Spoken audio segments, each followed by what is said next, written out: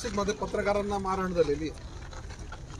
अतिशय निषेधार्ह घटना आहे, अतिशय दुर्दैवी घटना आहे। मी त्या बाबतीत लगेच तात्काळ मला फोन आला आणि मी माहिती घेतली। मी कलेक्टरशी बोललो, मी एसपींशी बोललो, त्या ठिकाणच्या सर्व अधिकाऱ्यांशी चर्चा केली आणि ज्या पद्धतीने हा प्रकार झालेला आहे हा अतिशय चुकीचा आहे। त्याची गांभीर्याने दखल शासनाने घेतलेली आहे। जे आरोपी आहेत त्यांना आम्ही ताब्यात घेतोय, काही घेतलेले आहेत आणि खरं म्हणजे कार्ड दाखवल्यावर सांगितल्यावर अशा पद्धतीने दादागिरी आणि मारठोक व्हावी, मला वाटतं हा अतिशय गंभीर गुन्हा आहे। निश्चित आरोपींना जे ती अतिशय कडक शिक्षा त्या ठिकाणी होईल।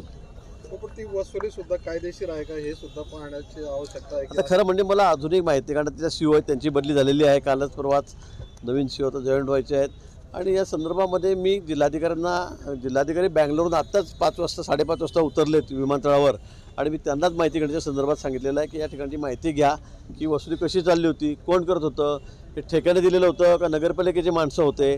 मला वाटतं आता मी नाशिककडे निघालेलो आहे। उद्या सकाळी आमची मोठी रॅली आहे मोदीच्या वाढदिवसानिमित्ताने। 10,000-15,000 तरुण त्या ठिकाणी त्यात सहभागी होणार आहेत आणि म्हणून मी त्यावेळेला आज रात्रीच जाऊन पत्रकारांची त्या भेट घेईल हॉस्पिटलला जाऊन आणि जिल्हाधिकारी मला रात्रीच भेटत आहेत। त्या संदर्भामध्ये सर्व माहिती घेतो आणि निश्चित अतिशय कडक धोरण या बाबतीमध्ये आम्ही स्वीकारलेलं आहे। आरोपींची कुठे हयगय केली जाणार नाही, कुठेही त्यांना याच्यामध्ये माफी नाही। खूप बच्चू कडू काल जळगावला येऊन गेले, त्यांनी आपल्यावरही टीका केली की आपण फक्त भाजपचे संकटमोचक आहात, जनतेचे संकटमोचक नाही असं त्यांनी म्हटलंय। आणि आता बच्चू कडू बिचारे ते आता फिरतात महाराष्ट्रभर, दौरे करतायत, त्याचं कामच आहे ते। आता त्यांना वेळच वेळ आहे सगळा। ते अजून काय बोलतील, घरात घुसू असं वक्तव्य देखील त्यांनी केलेलं आहे। ते बोलत असतात, माझे चांगले मित्र आहेत, पण ते नेहमी असे मोठे मोठे विधान करत असतात।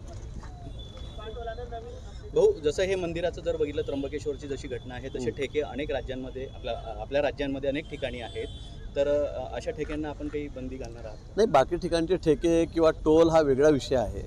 हायवेवरचा, नॅशनल हायवेवरचा हा वेगळा विषय आहे, इथला विषय हा वेगळा आहे। खरं म्हणजे गावात त्याला पार्किंगसाठी पैसे, मला समजलं नाही कशासाठी, कोणी म्हटलं पार्किंगसाठी पैसे मागत होते काय, पण आज रात्रीच मी नाशिकला पोहोचतो आहे 9:30-10 वाजेपर्यंत।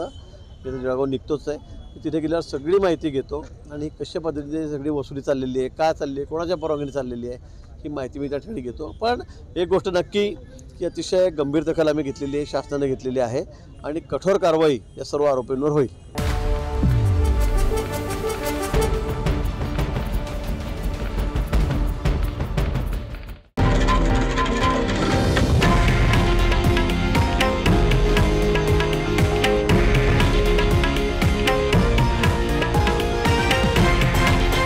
हे आहे देशातील नंबर 1 न्यूज नेटवर्क आणि आपण पाहत आहात TV9 मराठी, एकमेव।